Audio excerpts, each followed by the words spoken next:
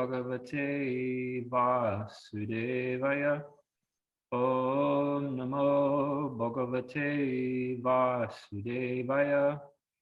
Om Namo Bhagavate Vasudevaya. So we are now doing mantras 15 and 16 of the Sri Isopanisad. Just to put them in context. So in the first, so these two mantras, they're talking about the nature of the absolute truth.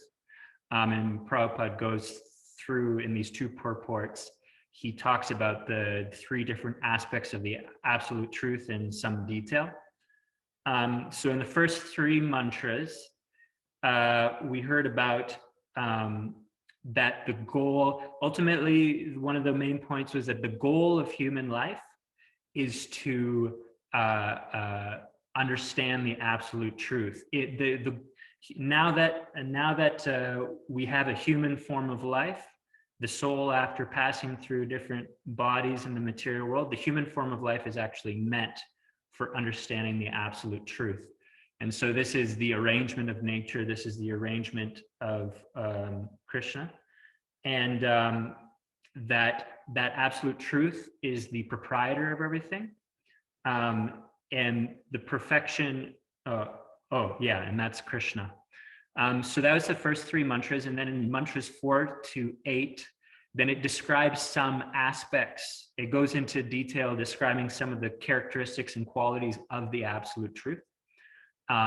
He walks, he doesn't walk, some of the contradictory aspects of the absolute truth. He's in one place and yet he's simultaneous. He can be anywhere immediately. So many things like that. The absolute truth himself as a person, and also the energies of the absolute truth. So that's in mantras 4 to 8. In mantras 9 to 11, it discusses how the goal of knowledge is to understand the absolute truth, and specifically the goal of knowledge is to understand Krishna, the personality of Godhead, who is the complete understanding of the absolute truth. So the goal of knowledge is not just to understand. There's two other aspects of the absolute truth that we're going to get into, but the goal of knowledge is actually to understand all three of them. And ultimately, by understanding Krishna, all three of them are understood. So that's in mantras 9 to 11. And in mantras 12 to 14, it describes how the goal of all worship is Krishna, the Supreme Personality of Godhead. So the Isopanisad really, throughout the whole thing, it's pointing to that the goal of life, the goal of human life, is to understand and to understand Krishna, who's the complete understanding of the absolute truth. And the way of understanding Krishna is through devotional service. So we're going to get into that a little bit more in these mantras. May I interject, since you're making an overview of things, also the next, now there's 4 mantras left, starting with 15. Yes. And there's like a shift also in the tone, not in the tone, but just the way it's written, because it used to be all philosophical ideas. Now these last 4 mantras are like actually a prayer. Yeah. Which is actually So this is where Bhakti narrative. This is where the element of Bhakti becomes prominent in the Isopanisad. Up until this point, the Isopanisad has been establishing that Krishna is the goal and that devotional service is the means to attain that goal. But this is actually, these last 4 mantras is highlighting the relationship, the bhakti, the relationship between the devotee and the Lord. So it's directly, the author of the Sri Isopanisad is actually directly engaging and expressing his devotional sentiments and his devotional service. And specifically, there's different items of devotional service, and one of the items is prayer. So he's practicing this aspect of devotional service of prayer.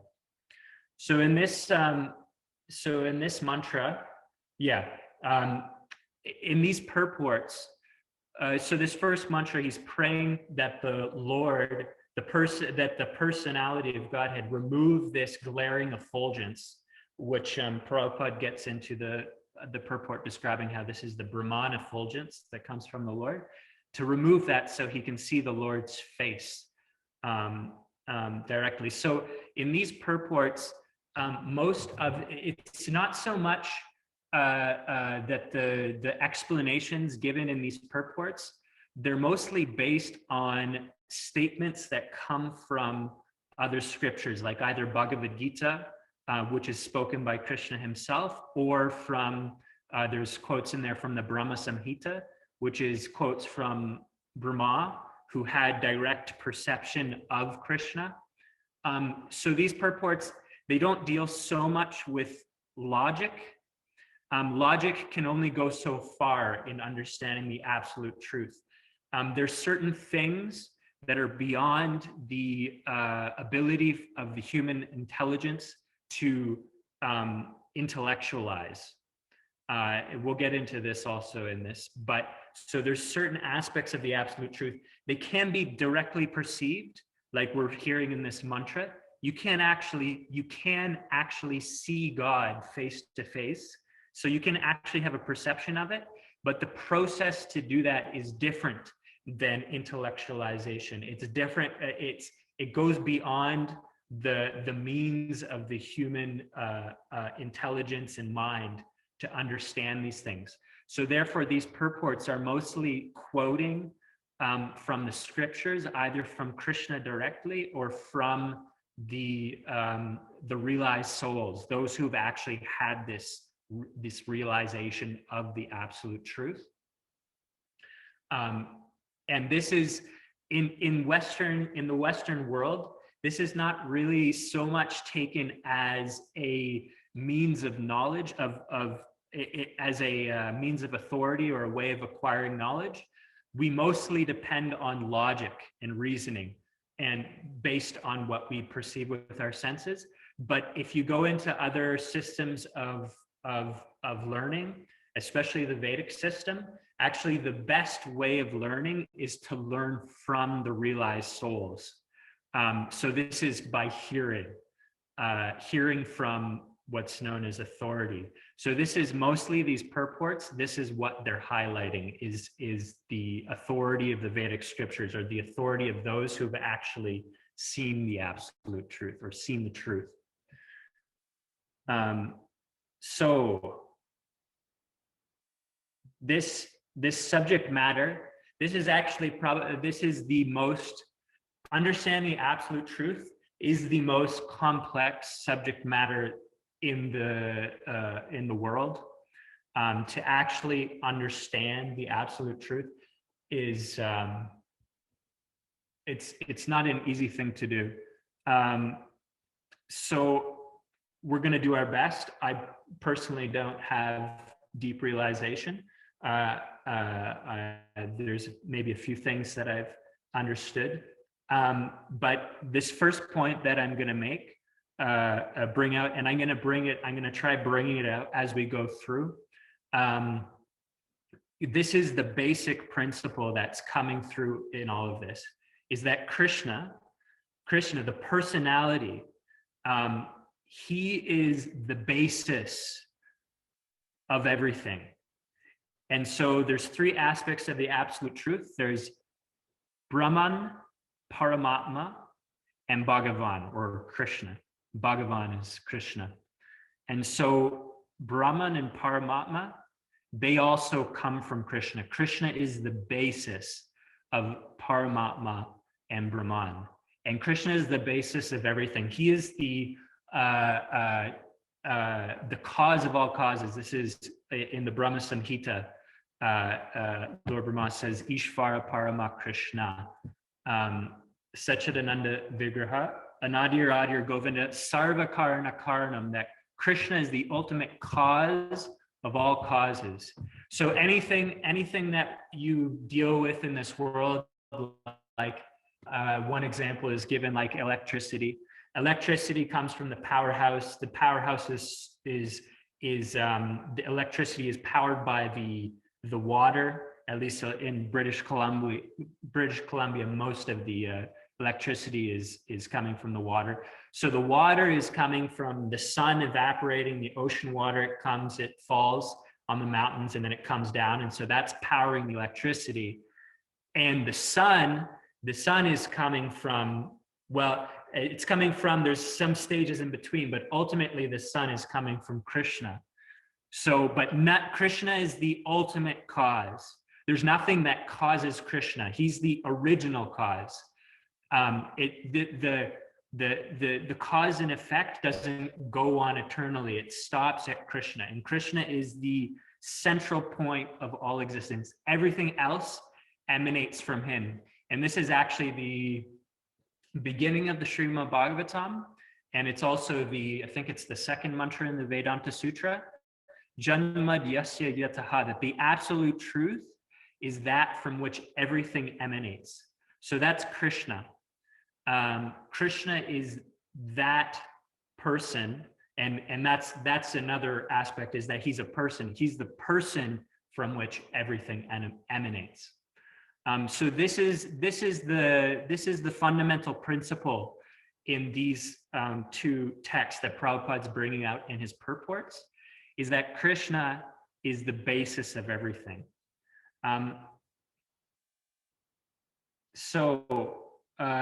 But he goes through in these purports, and essentially what he does in these purports is he brings out how Krishna, he gives the details, how Krishna is the basis of the Paramatma and of the Brahman. And so these are, so that's the basic principle. So now we have the absolute truth. The absolute truth has three aspects. According to the Bhagavatam, the learned says there that the learned transcendentalists, they have studied the absolute truth, and there's three aspects to the absolute truth: Brahman, Paramatma, and Bhagavan. These are the three aspects. So it's one thing. The absolute truth is one thing, but depending how you look at it or how you approach it, you'll get one. Actually, you'll get these. It's not one of these three understandings, but if you approach it from a particular a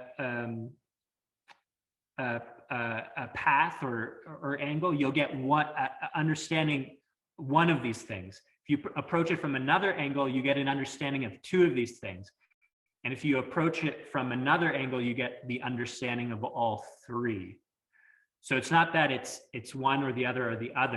It's that either we have a partial understanding, or we have a more complete understanding, or a fully complete understanding. So we'll get into that also. But so Krishna is the basis of everything. May I offer an example in that regard? From the angle of vision? Yeah, sure. It's almost like a 3D object. You can see a 3D object, 2D, and then you just kind of see, if you look at a cube in a certain angle, you just see that's a square. But then when you see it 3D, then you see it has all these aspects. Just a mundane example. Right. As well, Yeah. No. It's from the angle of vision. Yeah, no, for sure. Yeah.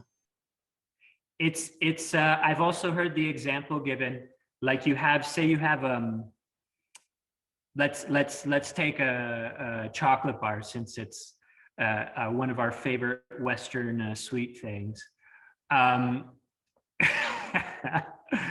So you can actually, chocolate bar is not the best thing because it doesn't really have much of a fragrance, I wouldn't say.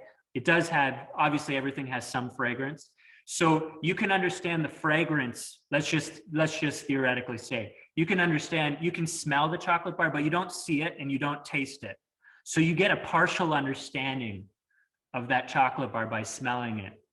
But if you see it and you smell it, then you get an understanding of two things. But if you taste it, you get an understanding of all three things. And that's the complete understanding. And that's the real experience.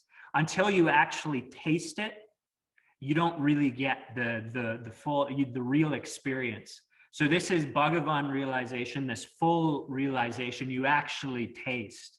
You actually get the taste for it. So I'm just going to, so there's these three aspects, Brahman, Paramatma, and Bhagavan. And Prabhupada, I'm just going to, I categorize this because he went through in a few places in these purports, and he kind of went through different ways of categorizing them. So I'm just going to bring that out right now. So one was that he was saying that Brahman realization is auspicious, but Paramatma realization is more auspicious, and Bhagavan realization is the most auspicious. So that was one way he categorized it. He also said Brahman realization is realization where you understand the absolute, but you don't understand any of the potencies of God. There's no variety. You don't see any variety in it. And we'll get into more details about the understanding. Paramatma realization is that you realize God's material potencies. So you understand how God is working in the material world, but you don't understand how God's working in the spiritual realm. So that's Paramatma realization. In Bhagavan realization, you have full realization of both God's material existence, God's existence, but also his material potencies and his spiritual potencies. So this is Bhagavan realization. It's complete realization. And one more way that he broke it down was that Brahman realization. This is what the Gyanis realize, or the people who are depending on their intelligence in order to understand the absolute truth. So they understand Brahman. They only understand that aspect of the absolute truth. The yogis, so this is talking about yogis who actually practice the system of Ashtanga Yoga, the eightfold path of Ashtanga Yoga. So the actual goal of Ashtanga Yoga is not the physical exercises. That's actually only the third stage. And then there's pranayama, that's the fourth stage. There's 8 stages. The last 2 have to do with meditation, and specifically meditation on God within the heart, or the Paramatma. So this is the yogis, the perfection of the yogic path is to understand Paramatma. So the Gyanis, they realize the impersonal Brahman. The yogis, they understand Paramatma, but the devotees, or the Bhakti yogis, those who practice devotional service, or those who practice cultivating a relationship with the absolute truth, they understand Bhagavan. They understand God as a person. These other aspects are also there, and they also understand these things, but the prominent feature for the devotee is that relationship with the absolute truth. So first, Krishna, he's the basis of all these things. We're going to get into the details of all that. That Bhagavan, the personality, he's the basis. And Brahman and Paramatma, these are the other 2 aspects of partial realization of the absolute truth. So first of all, this mantra is dealing mostly with the Brahman. And the next mantra also, that the devotee, the author of the Sri Isopanisad, he's come to the point that Krishna is the goal of human life. He's the goal of all knowledge. He's the goal of all worship. And he's asking the Lord to remove his spiritual effulgence. So in the Bhagavad Gita, Prabhupada, he quotes Bhagavad Gita 7:7, where Krishna says that I'm the source, I'm the basis of everything. And he also quotes in Bhagavad Gita 14:27, I believe, Brahmano hi pratishtaham. Krishna says, I'm the basis of the impersonal Brahman. So what is this impersonal Brahman? So Prabhupada goes into it in some detail. So the impersonal Brahman, so just like you have the sun and you have the sunshine, the energy of the sun. So you have Krishna, Krishna the person, the cause of all causes, the central point of all existence. And he has sunshine, or he has an effulgence, just like the sun. But this is his effulgence. It's called the Brahman effulgence. It's actually one of the great Bhakti scholars, Sanatan Goswami, one of the prominent teachers in our line. He says that the Brahman effulgence is actually, it's the reflection of the qualities of Krishna. So Krishna's qualities are so effulgent. And this is what is emanating from his body, is this effulgence. It's so blinding. It's so blinding that the jnanis, the intellectualists who are trying to understand the absolute truth, when they understand the absolute truth, and in this mantra, he's saying, take away this glaring effulgence. That's all they can see. They can't see the person. They can only see this blinding light. And Prabhupada quotes some different Vedic literatures where it describes how this Brahman effulgence, it's this effulgent light. It's self-effulgent. It's actually like in our experience, when the sun sets, then it gets dark. So for us, the source of light is the sun. But actually, it's described that the sun is simply a reflection of this Brahman effulgence. Actually, light comes from the spiritual world, and ultimately light comes from Krishna. Without Krishna, there's no light. If the sun wasn't there and it wasn't reflecting the light of the spiritual world into this material world would just be completely dark. There's nothing here that produces light from itself. But Krishna, so this Brahman effulgence, this is the light that's coming from Krishna's body. So and so Prabhupada doesn't talk about it in these purports so much, but he talks about it at the beginning of the Isopanisad. This Brahman realization, it's only a realization of the eternal aspect of the absolute truth, of the spiritual reality, that I am eternal. And this is in the Bhagavad Gita, in the 2nd chapter. This is Krishna's first instruction to Arjuna. He says, you're identifying with the body, which is temporary, but that's not actually who you are. You're the soul. You're an eternal living being. So this Brahman realization, this is a realization of the eternal nature of ourselves and the absolute. But the jnanis, or the intellectuals, they're not, because of this glaring effulgence, they're not able to make distinction between themselves and God. They just get lost in this light.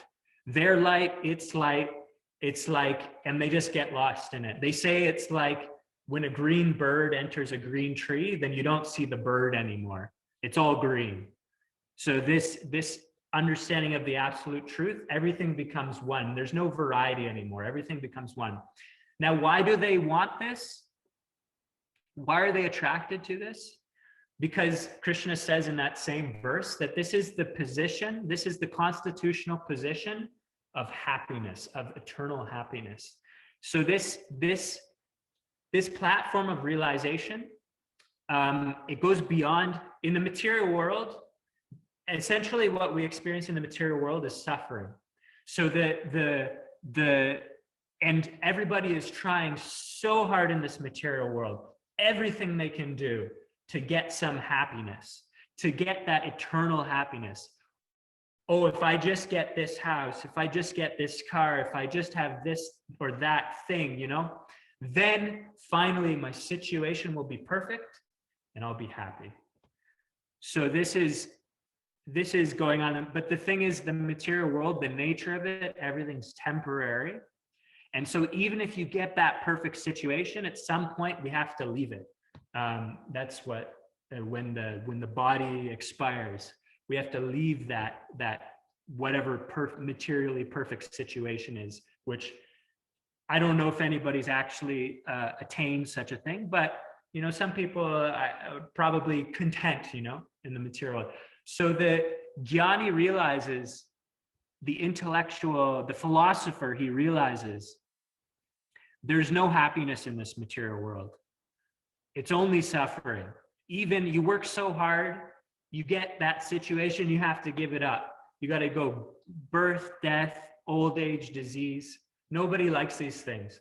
We're not so old yet, but in the community that we live in, there's a lot of devotees, there's a lot of people that live here that are quite a bit older. And every one of them, anyone you want to talk to, old age is not a fun thing.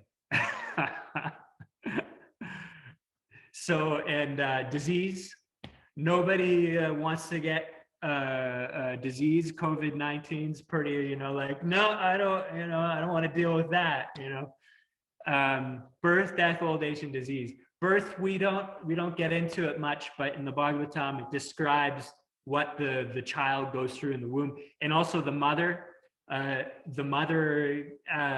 goes through quite a bit of suffering. There's obviously happiness in it, but there's also a lot of suffering in it, and death, of course.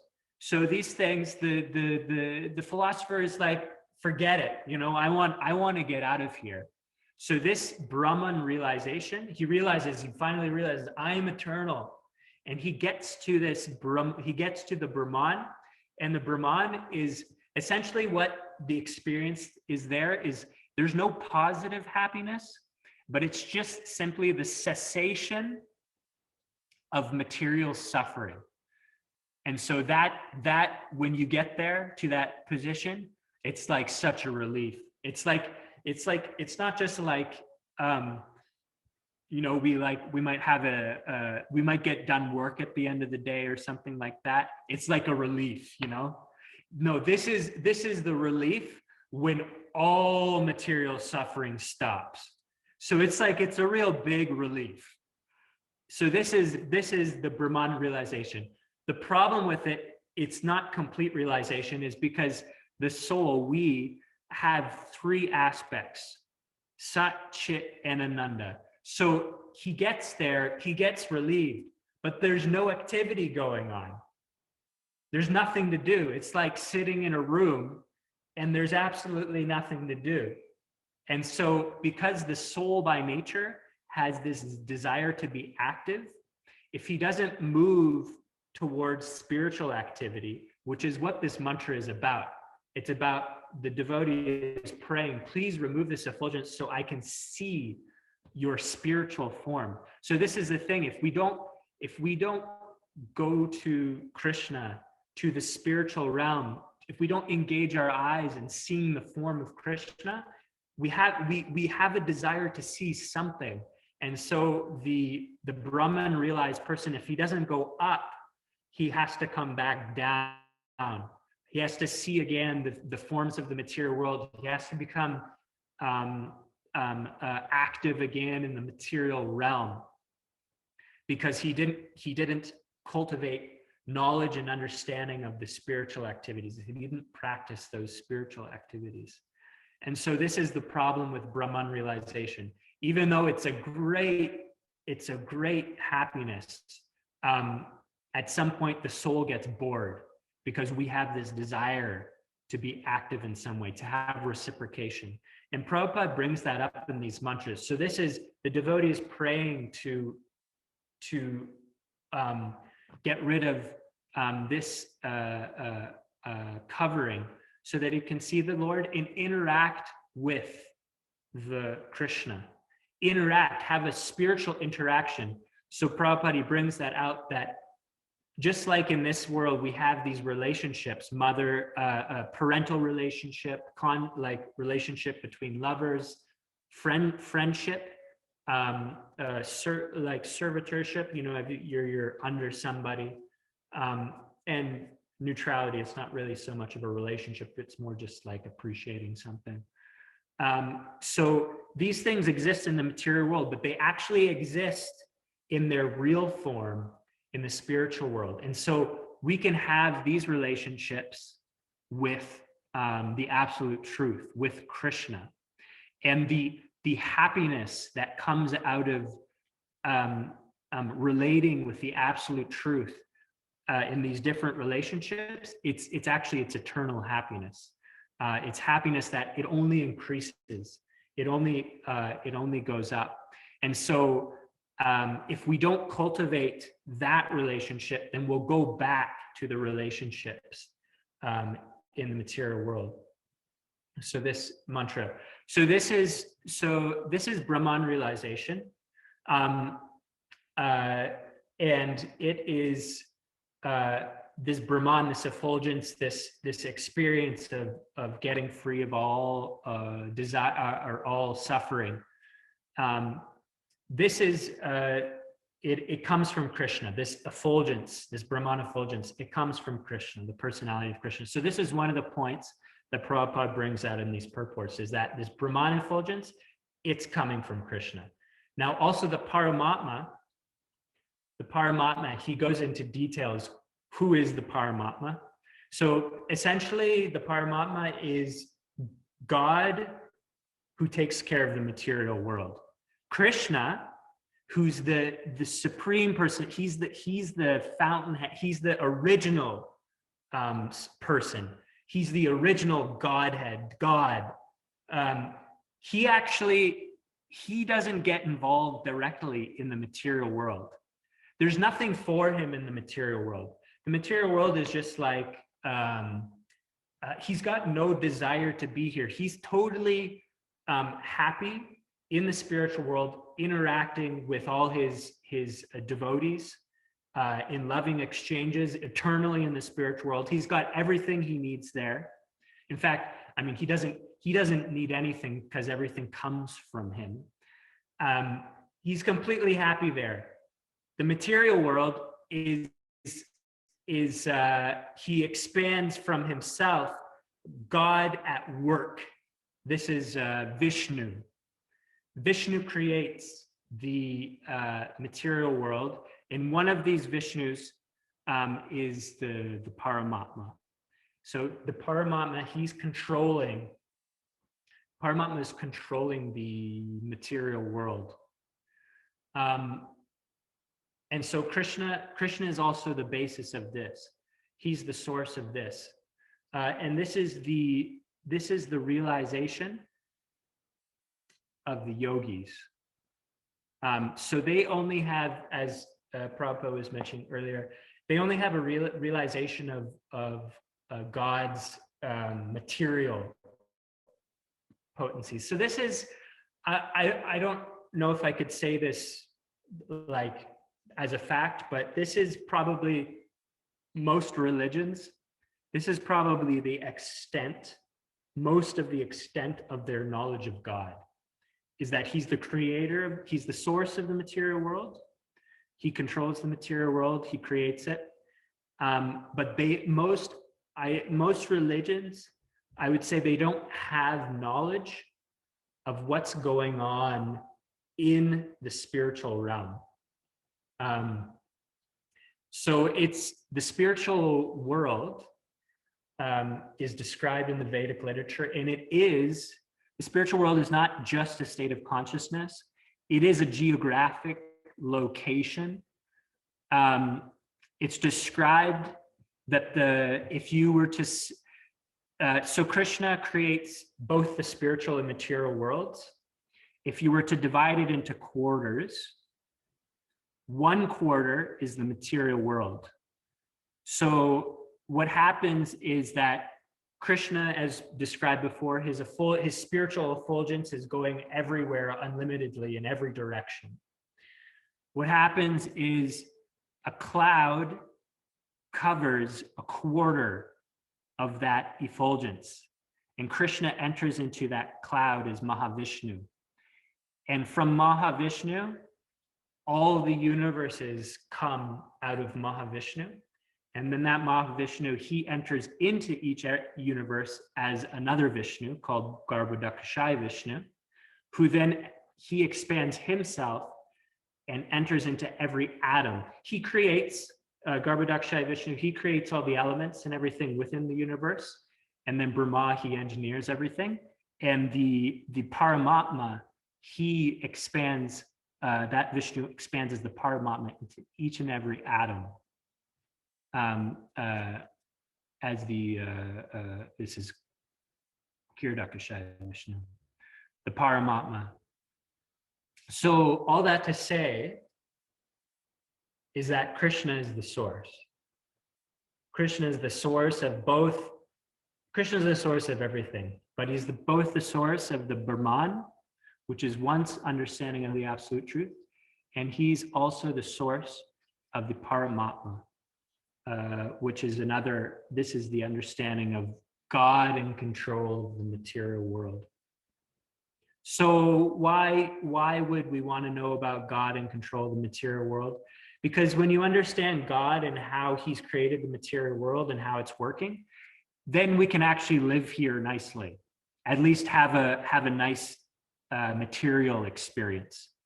So the yogis, even they get to a point where they understand the material world so well that some of them, they develop mystic abilities in which they understand nature so well that they have the ability to manipulate. They have the ability to manipulate nature in such a way that there's stories of people levitating. These are small things, but there's different mystic powers that someone can develop. And so this is kind of like attractive for. So the danger with both Paramatma realization and Brahman realization, these two realizations of the absolute truth, is that when one has these, like the yogi sees the Paramatma within his heart, he might think, oh, this is me, I'm God. Or the jnani, he sees the effulgence and he's like, oh, let me become one with this effulgence and I'll become God. So this is, because it's not the nature of the soul, it's just not satisfying. There is obviously logic and reasoning behind all this, but ultimately, if one pursues these things, still one will never be satisfied. It's just not the nature of the soul. It's just like you can put as much salt in your sweet preparation in your muffins as you want. That muffin's never going to get sweet because the nature of salt is it's not sweet. It's just not sweet. And so one can merge into the Brahman effulgence, or one can meditate on the Paramatma within the heart as much as one wants, but it will never completely satisfy the self, because the self has this desire for interaction, for relationship, for connection. And this comes out in the material world all over the place. I would say nowadays, a lot of the connections that we have with people is we've lost the art and the science of how to connect with people in a way that brings us even some material satisfaction. But the soul is looking for this satisfaction with connection, ultimately in connection with Krishna. And this is because this connection, it's actually always there. It's eternal. And so even if we have the most perfect material relationships, they have to end at some point in time. So it hurts. It still hurts.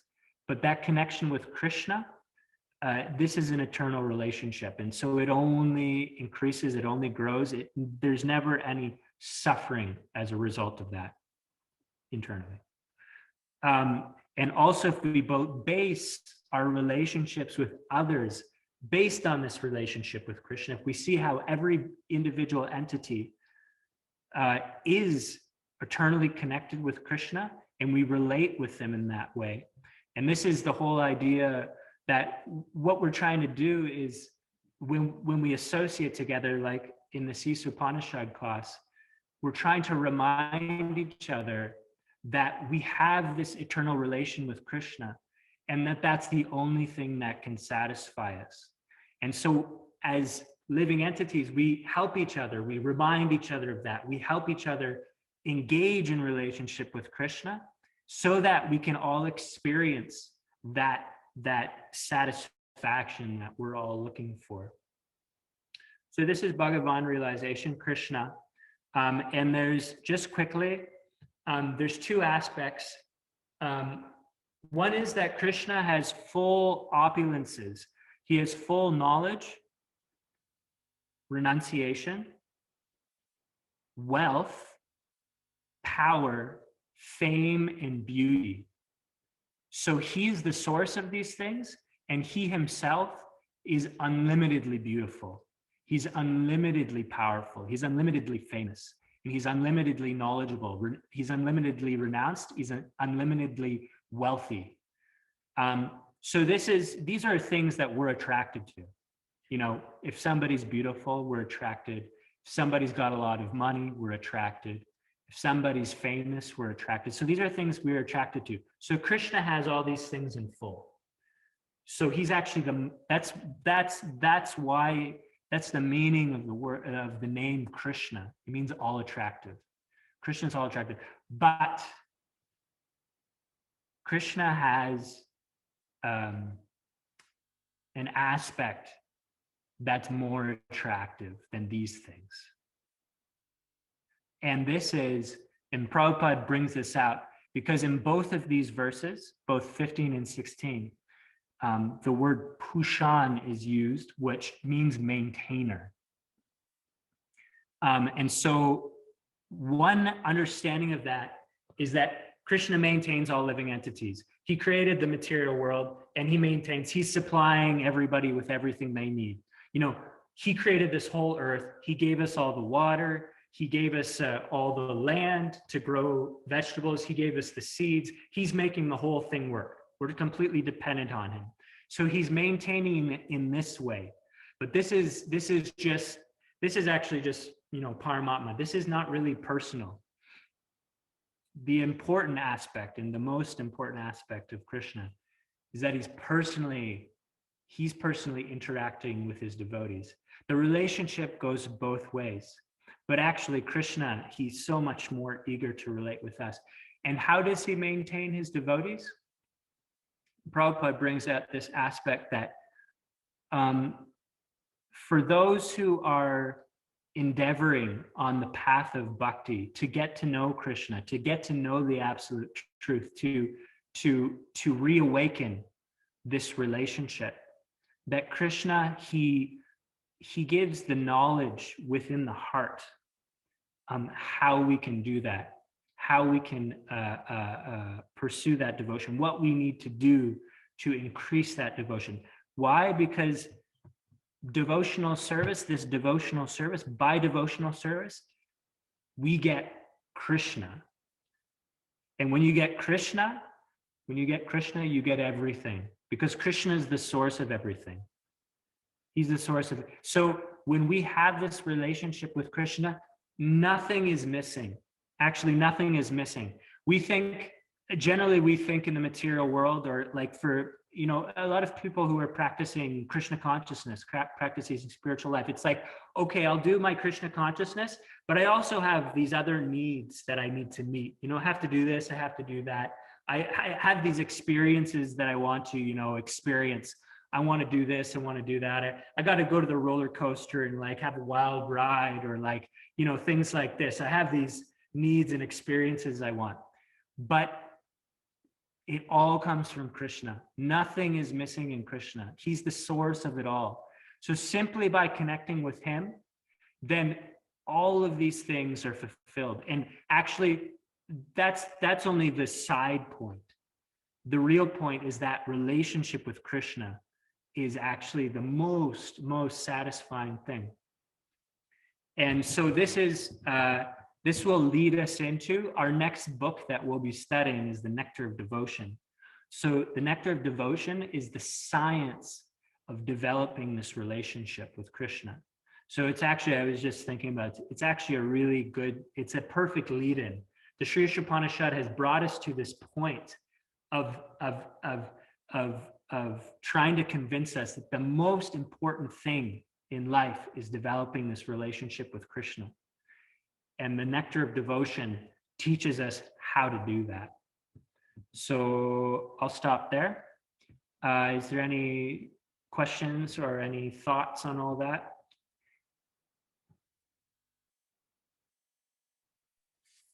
I guess I just had a small thought that, like, I started my path on Buddhism and I really wanted it to work, but it just quite didn't fit, you know, because it just, something was missing. So I kept going and I went to Kriya Yoga and I was studying that for quite a few years and it too was missing. And when it comes to Krishna, it's like the key and the lock completely fit.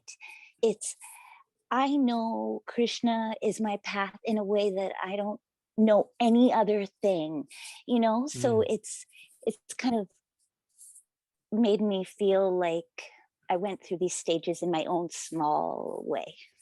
Yeah, that's really cool. That's like all of those things, like the Buddhist thing is this oneness, you know? And then of course it is impersonalism. They have their own kind of flavor with it. It's not just oneness, it's nothingness. But yeah, then that's really cool. Then the yoga and then the full realization. So yeah, that's really cool. You had a personal experience of going through these different stages. It was actually almost 1 year ago that I decided to like quit doing Kriya because I couldn't do Kriya and chant as much as I wanted to. And I was in class, like a digital class with my Swamiji, and she would just said this mundane sentence, but it was like a lightning bolt of clarity. This path is taking me as far as it's gonna go, you know, like time to just only Krishna. That's it. I can't pretend anymore. That's great. And now I'm here. That sounds very exhilarating. Yeah. Damodar, do you have any comments? Well, just hearing you is like realizing like how much I'm not investing in my relationship with Krishna. I consider myself a devotee of Krishna. It's like how much I'm actually investing in my relationship with Krishna. And right. Well, yeah, you know, like it kind for me it's the devotees, and I try to love my relationship with Krishna, and I'm hoping that I will come to the point where I'm fully dedicated to that relationship with Krishna. But where I'm at now, it's like, okay, I'm serving the devotees. I'm serving what's related to Krishna. Like, I'm serving things that are connected to Krishna. But how much am I actually going straight to Krishna? I'm not. So and that's really. But that's my purity. Yeah, and that's very interesting, because even in our practice of devotional service, these other things, these other desires are there. I've just been listening to some classes. We have to know what the goal is. We have to know what the goal is. these other things, it's okay because, you know, Krishna is there. We do have some Krishna consciousness. We are trying to develop our relationship with Krishna at some level, but we still do have further to go. So like, for instance, this impersonal, this Brahman realization, like personally, I can say for sure that I have practiced Krishna consciousness, like with the desire to get free of material suffering. Like that's for me, that's been a big one. Like I'll be chanting, and I'm not chanting necessarily to develop a relationship with Krishna, but just because I've had experiences while chanting where I've really like got relief from like this feeling of getting relief from the suffering of being in this world. And so that can be kind of like sometimes the inspiration or the driving force. Or this Paramatma realization, God in control of the material world. We can be chanting because we want to like live nicely in this material world. We want to understand how this world works so that we can, you know, like live here in a nice way. So these things are definitely, even in those practicing Krishna consciousness, we have these things are there.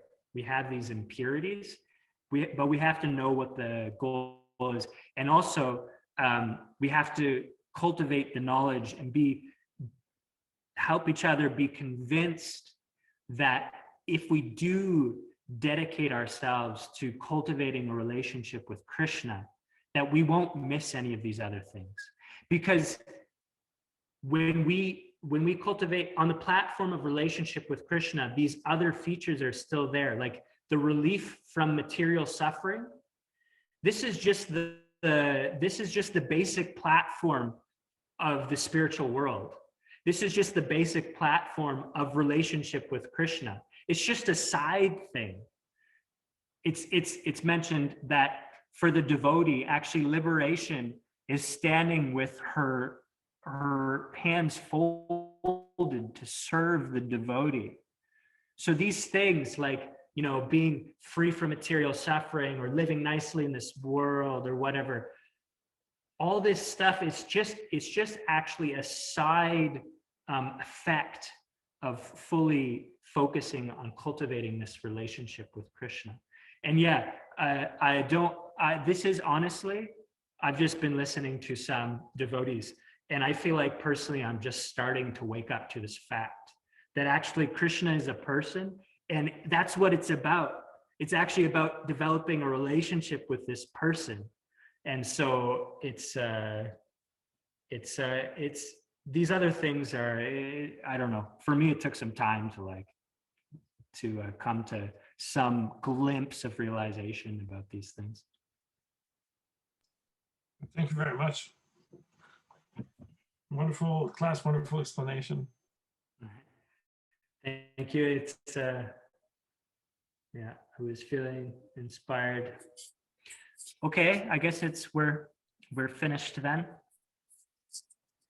We've gone, it's 8:06. Thank you, Jade, for being with us, for being dedicated to being with us. Damodar, also, you have, I know you're very busy with life. Well, I appreciate you guys. Thank you so much. Welcome. Hare Krishna. Haribo.